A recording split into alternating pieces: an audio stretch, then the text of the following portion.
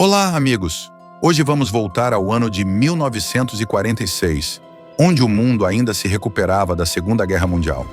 Enquanto a Europa reconstruía suas cidades, os Estados Unidos organizaram a maior expedição militar já feita à Antártida.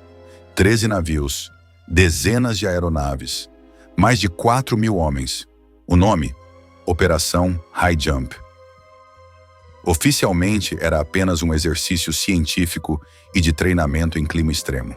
Mas os bastidores dessa missão contam outra história. Uma história de guerra secreta, segredos nazistas e talvez até visitantes de outro mundo, ou melhor, do nosso mundo. Em 1946, o mundo ainda estava em ruínas. Milhões de soldados voltavam para casa e a humanidade tentava compreender os horrores da guerra que tinha terminado apenas um ano antes. Mas enquanto o planeta buscava paz, os Estados Unidos organizaram uma das maiores operações militares da história em um cenário improvável: a Antártida.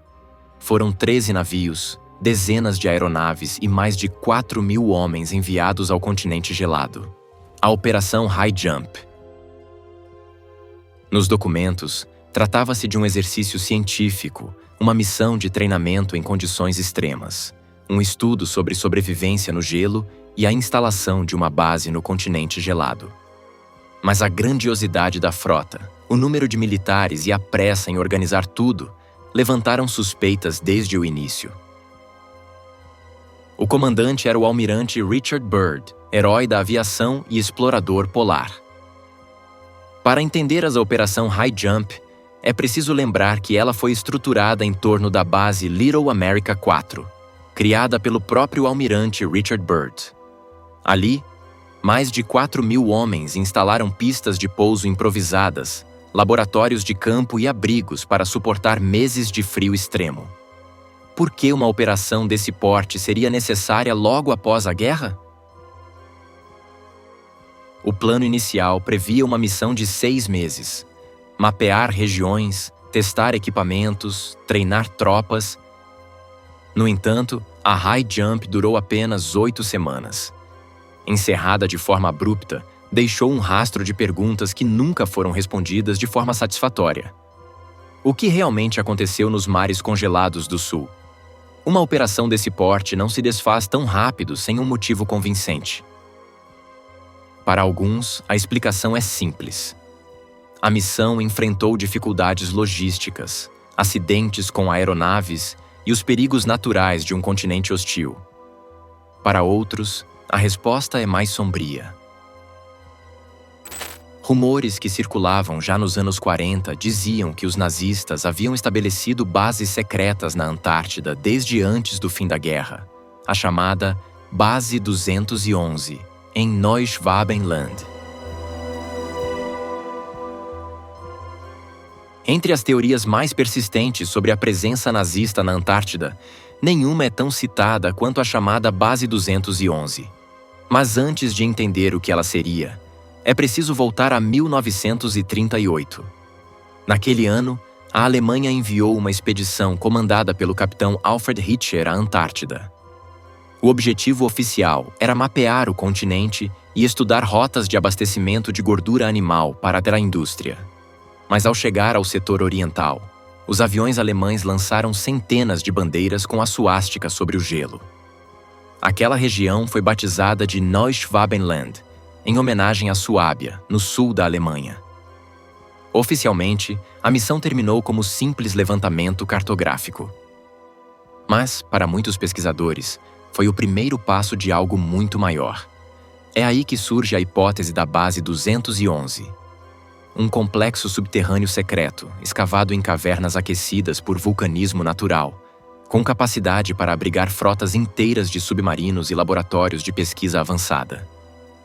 Segundo os relatos, entre 1939 e 1945, equipamentos, materiais e até cientistas teriam sido enviados em viagens clandestinas para a região, preparando um reduto oculto do Reich sob o gelo. Essa teoria se conecta diretamente com 2 submarinos alemães capturados em 1945. O U-530 e o U-977. Meses após o fim oficial da guerra, ambos surgiram misteriosamente no litoral do Brasil, em circunstâncias nunca bem explicadas. Os tripulantes alegaram apenas que haviam fugido da Europa, mas a demora da travessia levantou suspeitas. O que eles teriam descarregado antes de se render? Relatos falam em transporte de cientistas, engenheiros, tecnologias e até relíquias roubadas da Europa.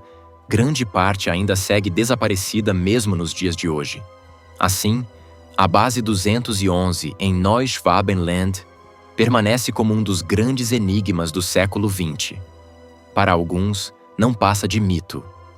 Para outros, foi o último bastião secreto do Reich, e talvez o verdadeiro alvo da Operação High Jump. Se parte do Reich realmente encontrou abrigo no gelo, a High Jump poderia ter sido enviada para eliminá-los. Se isso fosse verdade, a High Jump não teria sido apenas uma expedição científica. Teria sido uma caçada. Eliminar remanescentes do Reich, destruir laboratórios escondidos e acabar com qualquer ameaça que pudesse sobreviver à queda de Berlim. Relatos de que aeronaves norte-americanas foram abatidas durante a missão não são raros. E para os que acreditam nessa versão, isso teria sido resultado direto de um confronto militar contra a tecnologia nazista oculta.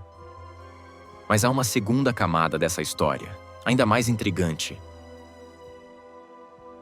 Alguns testemunhos não oficiais, atribuídos a marinheiros e pilotos da High Jump, descrevem ataques que não poderiam ser obra de qualquer força terrestre. Falam de objetos voadores emergindo do mar, esferas luminosas cortando os céus a velocidades impossíveis, realizando manobras que desafiavam toda a física conhecida. Relatam aeronaves atacadas de forma repentina e desaparecimentos que jamais foram registrados nos relatórios oficiais. Seriam essas armas secretas desenvolvidas pelos nazistas com base em experimentos de energia desconhecida? Ou seriam os primeiros relatos de uma presença não humana, observando de perto os passos da humanidade no continente mais isolado do planeta? O que torna essa história ainda mais perturbadora é o que aconteceu quando Byrd retornou. Em entrevista ao jornal chileno El Mercúrio, o almirante declarou que os Estados Unidos deveriam se preparar para a possibilidade de serem atacados por objetos que voavam de polo a polo em velocidades impressionantes. A frase, vinda de um dos militares mais respeitados da época, não parecia uma simples metáfora. Para muitos, foi a confirmação de que a High Jump encontrou algo que nunca deveria ter sido encontrado. É aqui que entram as teorias mais ousadas. Há quem acredite que a Antártida esconde passagens para mundos subterrâneos.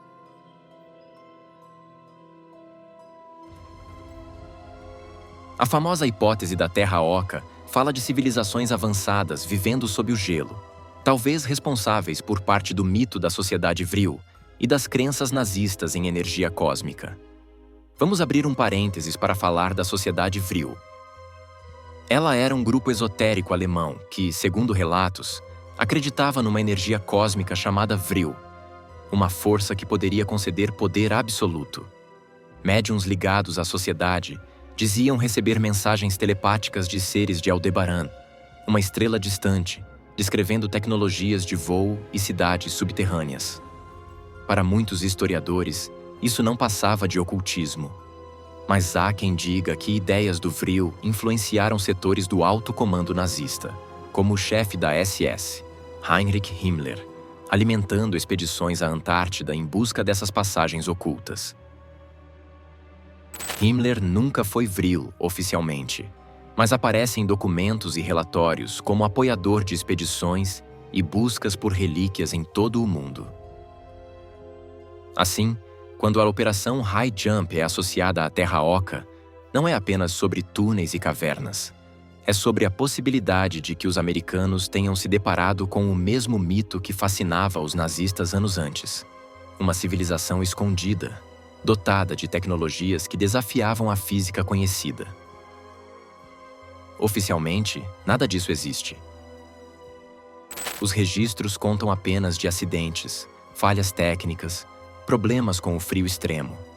Mas é impossível ignorar o fato de que uma operação planejada para durar 6 meses terminou em apenas 8 semanas, sem nunca se justificar plenamente.